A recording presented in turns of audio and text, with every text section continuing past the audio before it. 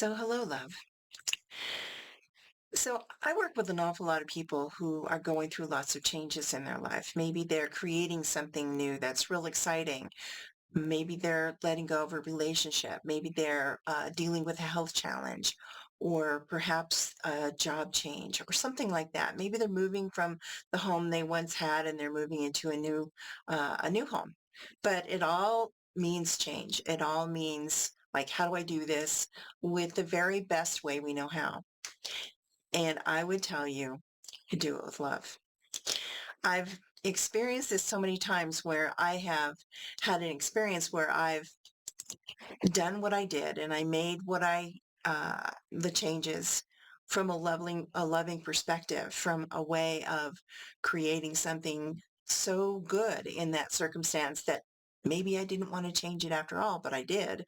Just for instance, when I was selling my mountain cabin and I loved my cabin, I didn't want to sell it, but my intuition kept saying, you need to let this go. And it didn't say why, which is typically what happens with intuition. It's a guidance, but it's not necessarily something we understand at the moment. But we know if you understand anything about intuition, if you don't follow it, you certainly find out later on why, and you wish you had. So, when I was selling my cabin, I put a lot of money into it to make it more beautiful, more appealing to a buyer. Had the interior painted a golden yellow color, kind of a light yellow actually, because it was on the north side of the mountain and it was in the shade most of the time. And I wanted it to be welcoming and kind of this place where you felt good the minute you walked in. I changed all the curtains. I changed the light fixtures. Of course, you made it all seem just so welcoming. I used to do mosaic work and I took the entire countertop and I put black granite mosaic on the countertop and I made it so nice that I didn't want to sell it. But about 10 days later, I got a great offer for it. I did the same thing with a relationship that I had when I was leaving my marriage before this. And we both decided to do it the very best way we could possibly do it. And so we tried to to it from love. We tried to come from a place where we honored each other. And I think we did a pretty darn good job.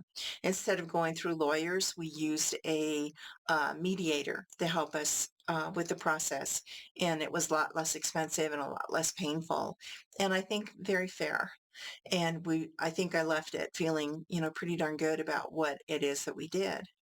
Whenever I've moved from some place or I've left a job, I wanted to leave that job the best way I knew how.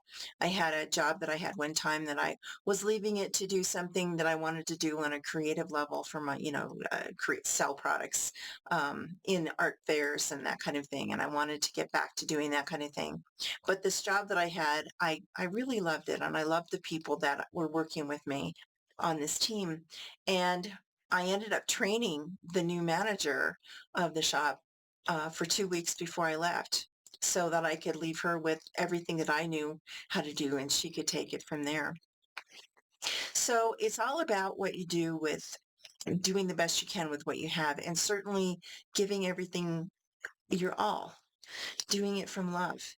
And it will serve you in ways that you just can't imagine how incredible it is to do it that way. When you're in a challenging relationship, I had a friendship with someone one time, and we had a real challenge with something that was changing for both of us. But we decided not to talk about those particular changes because it would just bring up challenges. Over time, the relationship changed and it became even better. But we decided to honor each other and honor each other's position, point of view, but not necessarily take it on. We didn't try to change each other. And with all the different things that are going on in the world right now, with the change in politics and our disgruntled ways of being, do it from love. Change the way you're doing what you're doing, and and welcome in the honoring of each other.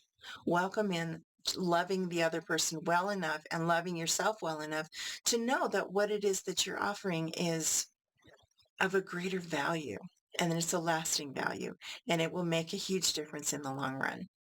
So I'll just leave that with you today and just know how much I love you and that what it is that I do here, I come with an idea and I just say it. I don't have a script. I don't have a script in front of me and I don't follow anything. It just comes from what it is that I'm feeling inside to convey something to you that I believe might be of support to you because I know these are things that are happening in the world that are challenging things that how can we do this in a better way, how can we do it with ease and with a grace and with a sense of harmony, but all from love. How can we do that?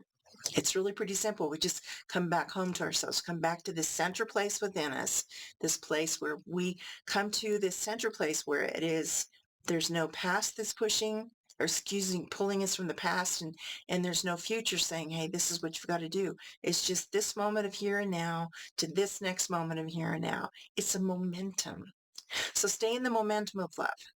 It will serve you in magnanimous ways because that's what you are. This is what you're made of. This is the best of your very highest self.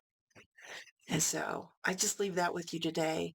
And as grandma always said, love you bunches. Bye for now.